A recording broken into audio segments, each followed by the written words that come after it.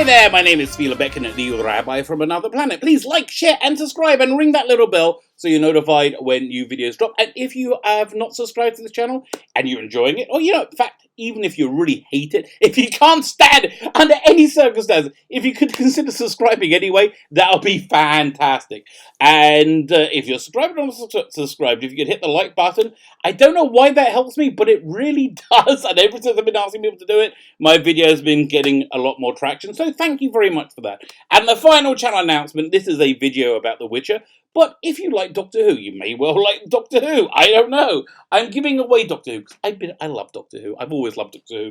So when I do my reviews of Doctor Who on the TardisZone on Sunday nights, that's when it airs in the UK, about an hour or two afterwards, we do a giveaway. And this week we're giving away the E-Space Trilogy, 3 stonking great adventures from 1981, starring Tom Baker, Lalla Ward, and Matthew Waterhouse. Tom Baker and Lalla Ward were married for like 20 minutes at the time when they filmed this, and you can see their marriage breaking down and truly hating each other through through these episodes. But if you want to win that, all you need to do is subscribe to the channel and leave the hashtag Marshmen. Marshmen, they were the monsters from that first story in the box set. The stories are Full Circle, Warrior's Gate, and State of Decay. So if you want to win that, that's how you can win it. The instructions will be in the video notes. And I've been watching Witcher. I've actually finished watching Witcher. I'm really excited. I binge watched 2 episodes, which I never do, but I got close to the end and I got to finish it. And I've got to finish Lost in Space as well before Lock and Key starts in 3 days. Will I get to it? I don't know. I'm going to give it a good old try tonight. Fine. So we're on episode 7 of The Witcher, and I'm really kind of dig The Witcher now. It took a good 4 or 5 episodes to get into it, but now I'm really properly into it. They've announced they're doing a prequel animated movie, which, I'm up for. Oh, that prequel? The fascinating thing about The Witcher is the convoluted timelines and how they're all kind of tied together, which they do in these last 2 episodes. Fine, so episode 7 opens up with Geralt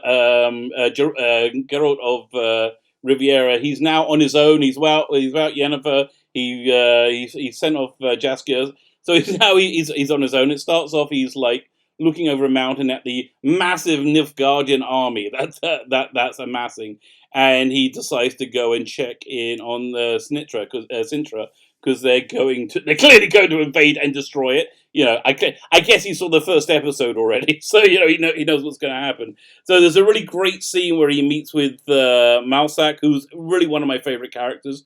In these catacombs, and to check on the Laura Surprise, the child who he thinks is a guy at that point, and he says no, it's actually a girl, and he sees that Nilfgaard's going to invade Sintra, and he's like, well, maybe I should be looking after her instead. But he's then greeted by 8 assassins sent by, what's her name, Calanthe. Who said, you ever come back to Sintra again, I'm going to kill you, after the whole Laura Surprise thing, who were clearly followed Malsak. And there's one of my favorite scenes of the episode. He grabs Malsak and puts a knife to his neck, said, if you're going to kill me, I'm going to kill him first. And he essentially forces Malsak to portal them out of there to Sintra, which I really love that scene. Ciri is, so we're in 2 timelines now. We're in the timeline pre the first episode and post the first episode. So in the timeline post the first episode is Ciri, Princess Ciri. She's now on her own. Dara has run screaming for her because clearly he has some sense, because she is bad news. There's this soap opera in England called EastEnders, where I always say, if you're around Christmas, just leave town. Don't be, because that's where all the bad stuff happens. She is the same thing. Don't go around Ciri. You'll get me killed horribly, probably in some way. So Dara ran off, and so she's on her own, and she's stealing food from a marketplace. And a kindly woman takes pity on her and takes her in, and then she repays the kindness by stealing the horse and running off. That's royalty for you. I wonder, would Queen Elizabeth, the Queen of England, would she be happier with this royal family or the one that she actually has? I don't know which one's doing worse in the papers in the media right now. Fine. So we got what happened? We had Geralt and Malsak. They pulled it out. They're in Sintra. Clancy sees him and she's like, "Whoa! What are you doing here? I said I would kill you if you come back." And and he's like, "Yes, yes, you did." But you see, there's a massive army out there now, and if you think Siri, if you have, again, this is a really good Geralt episode. Which, funnily enough, for a Witcher show, you don't get that often. And he's like, if you have any doubt that she's going to be safe, send her with me and protect her. Which really would have been the smart thing to do, given that, if she doesn't give Ciri to her, the Destiny is going to come and destroy them, which we know is what's about to happen. So, but also it's kind of like a tragedy, like I'm playing in like slowly before you, so you know it's all going to fall apart, but it's kind of breaks your heart that it does. Fine. So, Clancy tries to pay him off, and he's like, and Mouseup's like, no, there's nothing you can do. You can only give her Ciri. So then Clancy does another thing. She gets a Ciri impersonator to be given to Geralt. So he will like back off, I think. But again, I don't know what she's thinking, because Mouseup's like, if you don't give it to her, that's it. You're gonna destroy Sintra. Which, as I said, we know is going to happen because we've all seen the first bloody episode. Fine. So that whole scene was actually pretty cool. But then he discovers her. Did the mouse give it away? He discovers that when she goes out to say goodbye to her friend, that she's really an imposter, and the real Ciri is in plain pleasant clothes, playing knucklebones with the peasant villager children. And so now Geralt's is all pissed off, and he goes back and he scolds the Queen Clancy for lying to his face, and the Clancy like just who is it? One of the knights, Iced, I think his name is, to escort him from the from the city. So he's taking him out. And the knight, Ace, I think, is just implores. So listen, look, we've got an army, we've got a navy, we can look after her. We don't need you. And the witch is like, no, you don't got nothing, mate. You ain't got me. And so that leads him to be locked up by Ace in a dungeon. So. Coolly, so now we're having again I like how we're slowly heading towards that first episode, and I realize that the Witcher must have been locked in the dungeons during a lot of that first episode. Again, cool. I think it's all pretty cool. Fine. So then we cut to Yennefer and her story. She had a really good storyline this episode, where she meets up with Nazir again, who I really like that actor. I can't remember what I've seen him in, but whenever I see him, was he the guy from Game of Thrones who was supposed to marry Daenerys, wherever it was, and then ended up getting killed by the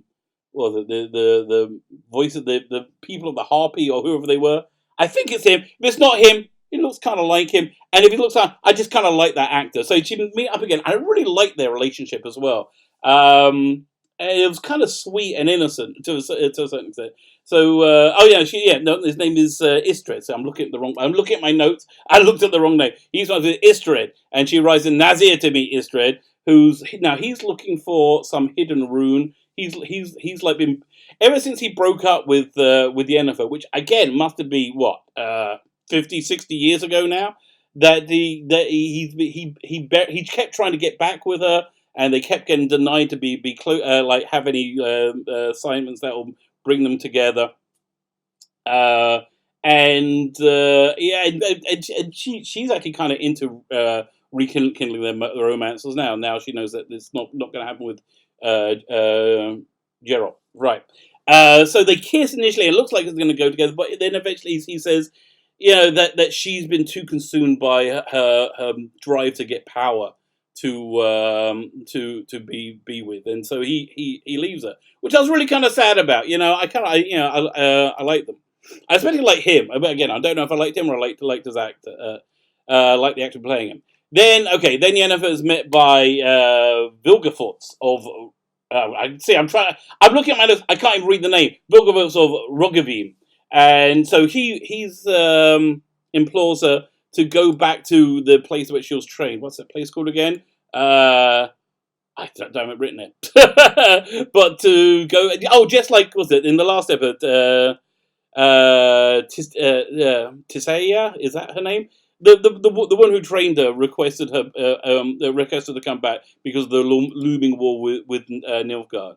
Yeah, I really would like to know a bit more about this populist movement with Nilfgaard. It seems to be there's a lot of, and I know this is a really boring analogy, but it seems to be the mirroring the rise of the Third Reich. Because it's like populist and it's nationalist at the same time, and I think it's kind of socialist as well. So I think they could have done more explaining how populist this movement, this Nilfgaardian movement, is.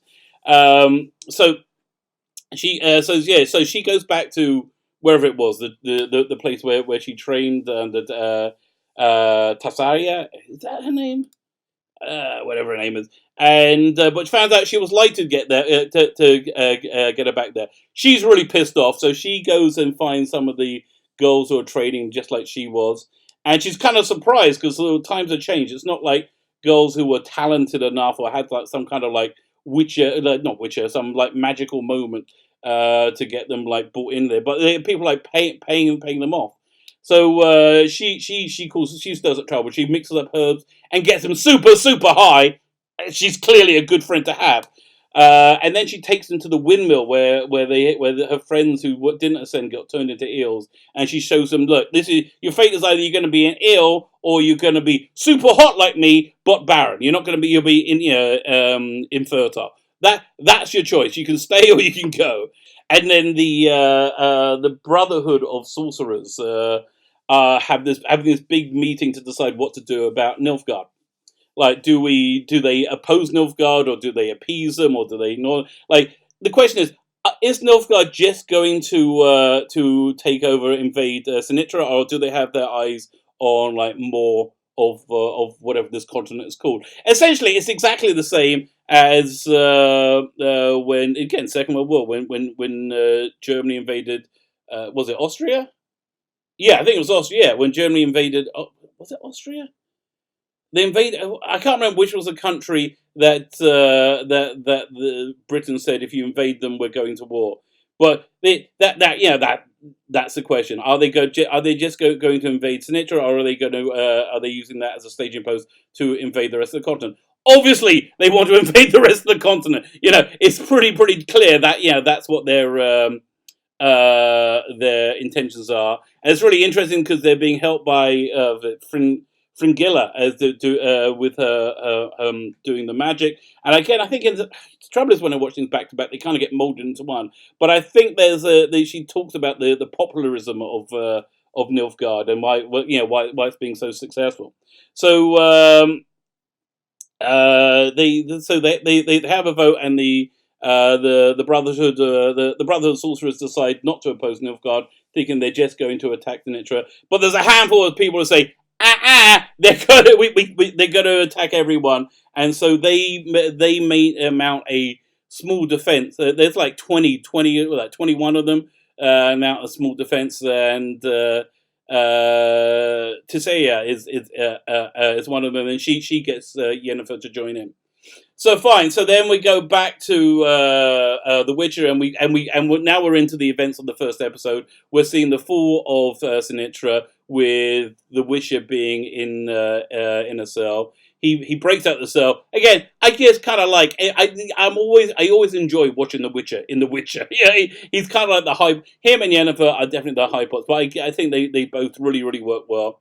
When he realizes when Calanthe realizes that she screwed up royally, she tells Mousak to get Ciri to the Witcher to protect her. Maybe that can help. But then he says she's already broken out, and that's why she leaps out the window. Geralt sees her leap out the window, and she's like, "Well, this is not good," and that's why he goes to try and find Ciri when he realizes that the poop is about to hit the fan big time, and it ends up in the Ciri timeline after the invasion. I guess this must be about 6 months to a year after the invasion, and she's camping out with her stolen horse, and she comes across a bunch of how do you know Cintrons. Yeah, she comes up with a bunch of Cintrons. One of them, or at least one of them, was one of the kids that she was playing Knucklebones with early in the episode. So she thinks it's all going to be okay, but it's not. They're like, yeah, let's. I think they want to rape her. I think it looks like there's going to be a rape scene. They're stealing her stuff and they're going to hand her over to Nilfgaard. But then she lets out a whole new terrible power, and begins chanting in this demonic voice, talking about the sword of the axe, echoing a statement made by Kahir in the previous episode, which I wrote in my notes, but I don't remember that now. But she seems like she's possessed by dark forces as we cut to the credits.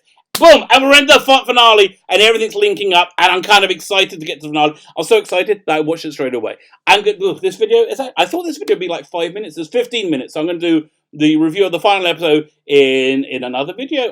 Maybe I'll put it out tomorrow, maybe the day after. I don't know. My name is Phila Becken, the Rabbi from Another Planet. Please like, share, subscribe. Ring the little bell so you're notified when new videos drop. If you want to win those DVDs, then don't forget the hashtag Marshmen. And if you want me to cover anything, or you have any comments, so just let me know. I will absolutely endeavour to reply to anything that anybody wants to know about anything to the best of my abilities. I don't have such a wide knowledge base. I know about Jewish stuff, geeky stuff, and nothing practical. So, if you want to know anything practical, ask my wife. That's basically my my rule for life. My name is Phila Becken, the Rabbi from Another Planet. Please like, share, subscribe, ring the little bell so you're notified when new videos drop, and have yourself a fantastic and a blessed day.